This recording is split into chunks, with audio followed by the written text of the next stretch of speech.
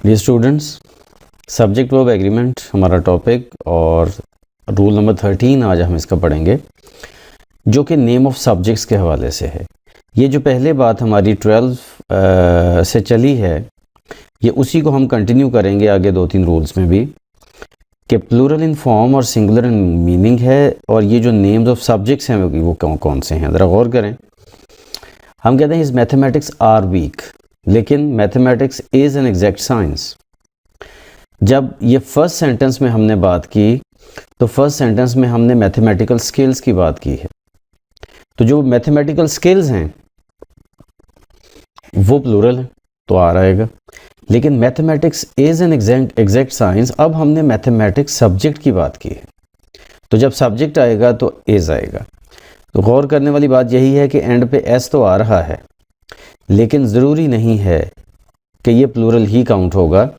ये जब सब्जेक्ट का नेम के तौर पर आएगा तो ज़रूर ये सिंगुलर ही काउंट होगा और हम इसके साथ सिंगुलर वर्ब लगाएंगे। ऐसे ही इकोनॉमिक्स की एग्जांपल है, कुछ और examples acoustics, ethics, hysterics, mathematics, physics, politics वगैरह वगैरह।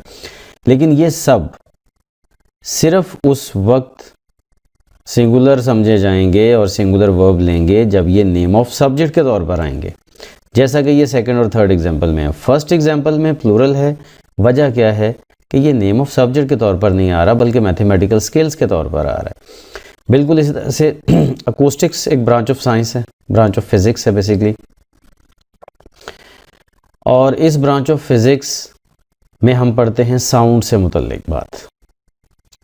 तो अगर हम अकूस्टिक्स को एज अ सब्जेक्ट लेंगे तो अकूस्टिक्स इज़ आएगा, acoustics is my favourite subject.